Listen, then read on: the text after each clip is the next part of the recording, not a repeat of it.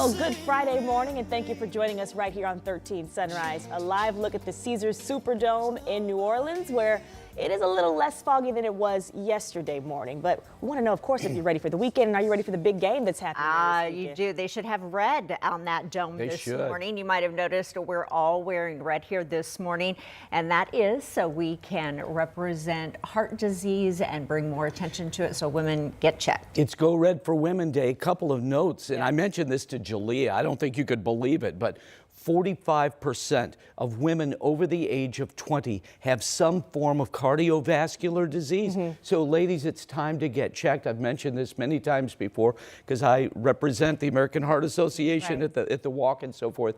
My mother died in 30 seconds from a heart attack, and we didn't know that there was anything major wrong with her. So get checked and help out your family. So another reason to wear red this morning. So not necessarily in support of the Chiefs. Whoever you want. Whatever you want to be. There you red, go. Green, do what you need to. Well, we also want you to be aware if you're heading out tonight to any events. We're all clear this morning, but we want you to be careful tonight. Yes, I think for the most part we're okay. It's at the end of these events, Julia and Jalea, that we could see in some spots a little bit of freezing rain. Right now, though, what a difference a day makes.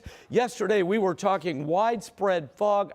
Not today. This big ridge of high pressure is controlling most of the country's weather. For us, it's bringing us a cool breeze. For areas like Muskegon, Benton Harbor, St. Joseph, in Michigan, lake effect snow. So we're not seeing any of that today, nor will we. Look at the difference in this country right now. 66 in Atlanta, 28 in Indy, 13 in Milwaukee, single digits in the northern tier. And we're going to tap into not Arctic air necessarily, but certainly a cooler and more seasonable air mass. Now currently 29 in Carmel and Plainfield, 29 over in Brownsburg, 30 degrees in Shelbyville, 28 in Avon. And by the way, Avon and Ben Davis tonight in the girls sectionals. Boy, that ought to be a barn burner. But later on today, we're going to go from this 28-degree reading to a high in the upper 30s, right around 38. We're going to break this down coming up in just a few minutes, but it's time for traffic at 6:02. And is this a good day so far? So far, still nothing out there. Things are moving pretty smoothly when you're looking there along I-465. This is northbound there at 10th Street. This is the exit that you would take to Ben Davis, just like Chuck was talking about. They've got a big game. The Giants taking on the Orioles of Avon, and then Plainfield's playing later tonight as well there at Ben Davis. Ben Davis is going to be very busy. A lot of families will be traveling across the state later tonight to watch all these girls sectional semifinals, but a good thing that traffic's moving fine this morning. We're also looking fine there on the south side of the city, I-460 west. I think the camera just moved there towards a stalled vehicle there as you approach I-69, but so far no accidents to report about. All right, thank you, Matt. New this morning, we are working to learn more about this house fire on Indy's Southside. This happened around 2:30 this morning along East Garfield Drive, just north of Garfield Park. Right now, we know crews were having to rescue a man and a woman off of a rooftop. Now, they both did go to the hospital with minor injuries, but are expected to be okay. So as you can imagine, that cause of the fire is still under investigation. Well, we want you to take a look at something this morning. The scene behind us. This is new police video released showing a chase that involves state police, and it ended in a deadly shooting. Now, this case happened last November, but it started in Ohio and ended here in central Indiana, in Clinton County, actually. Let's get to Anna Chalker, who joins us this morning, breaking down what this new video reveals to us. Good morning, Anna.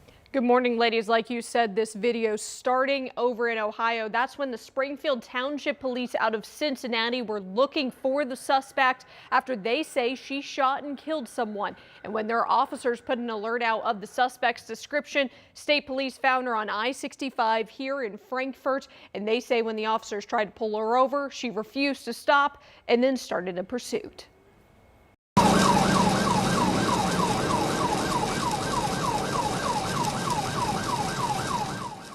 Like we mentioned, this is the dash cam videos from one of those troopers' vehicles. As you can see, the suspect in the black car leads state troopers off of 65 and to a nearby gas station.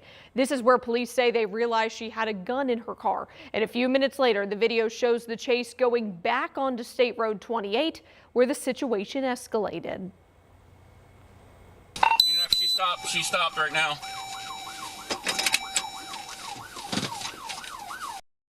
We've paused this video right here, but seconds later, police say the woman fired a shot from the driver's side window and police returned fire. As more officers arrived on scene, police are heard discussing concerns about the suspect's tinted windows, not knowing if she was still armed inside, and an armed car was brought in to secure this very large crime scene.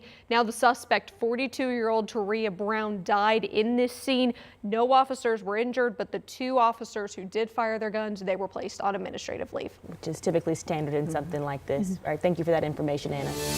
Well, this morning we're now hearing from the man who jumped in to help after a family's SUV was hit and then burst into flames. This happened Wednesday at US 40 and Ronald Reagan Parkway.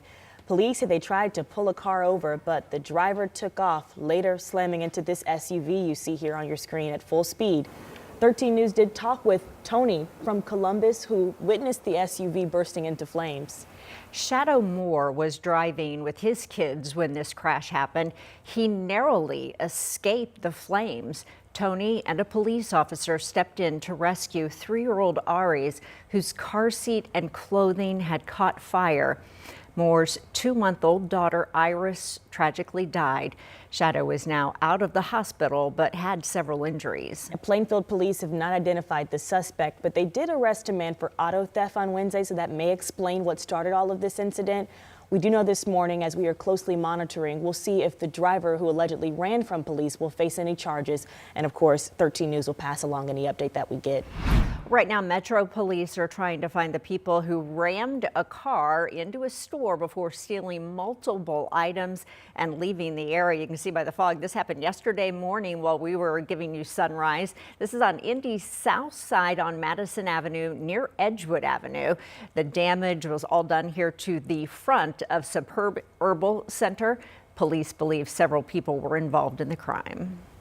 We're working right now to see if a 19-year-old man is going to face charges in connection with a shooting that happened on I-70. Right now, one of the victims is still in critical condition. The shooting was January 2nd. That's where investigators say the suspect shot at a person's vehicle that was driving near Emerson, near downtown. State police are filling us in on the number of interstate shootings that they have investigated around Indianapolis last year. That number is 280. Those are calls of someone with a gun during an incident of road rage all across our state, which led to 70 investigations. Well, this morning, an Indianapolis man is awaiting sentencing in connection with a deadly shooting that happened on the city's Far East Side in 2023. Rodriguez Morgan shot and killed Tracy Harmon inside a car near 30th Street between Mithofer and German Church Road. This happened nearly 2 years ago. In October of 23, police found Morgan passed out in the driver's seat of the car. A witness eventually told investigators he heard the two arguing before the shooting. Sentencing is now scheduled for March. We do have an update this morning on the trial for a mother accused of killing her son and then placing his body in a suitcase. New court documents show that she is competent to stand trial. This is what the doctor treating Dejon Anderson at Logansport State Hospital told the Washington County judge that's overseeing her case.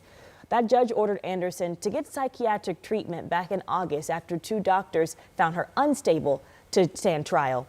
She is accused of killing her son, Cairo Jordan, and hiding his body in a suitcase that was dumped in a rural wooded area of Washington County in 2022. Anderson is expected back in court next week to finally set that trial date. Well, the city of Indianapolis is highlighting the demolition of 2 buildings in a vacant apartment complex. A $3 million investment by the city made it possible to demolish the courtyards at Roselawn Park. This was located near 38th Street and Emerson on the northeast side of Indy. A city-county councilor said community members had concerns about the safety and the condition of that Roselawn Park area. They hope the transformation in the future will keep that property is safe and the people in the area safe. It is privately owned and the owner hasn't signed off on any plans to redevelop that area, but we'll keep you updated.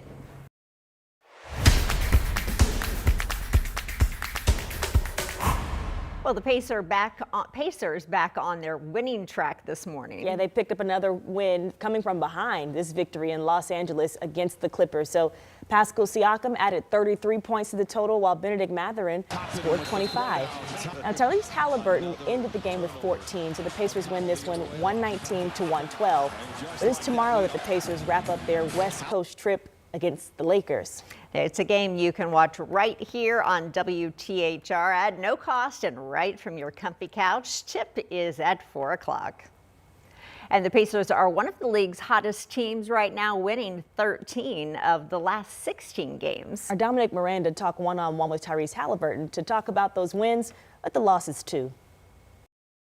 I think as a group, you know, we had a lot of success early last season because we just scored so many points, and we realized when we played the good teams, if we weren't making shots, we didn't have a chance to win games.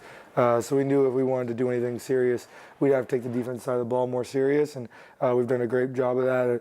And we've kind of helped put a shift in the NBA of teams picking up full court and applying pressure for full games, and we feel like we've really spearheaded that shift in our league, and that's part of the culture we're building here, and that allows us to do what we do offensively, and why we've had some success as of late.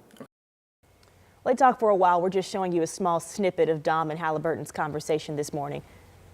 So chill, Yeah, laid back, just isn't sit he? We do have that extended sit down that you can watch right now on WTHR Plus. It's available on Apple TV, Amazon, Fire Stick, and Roku. Another pretty laid back dude. Good morning, Chuck.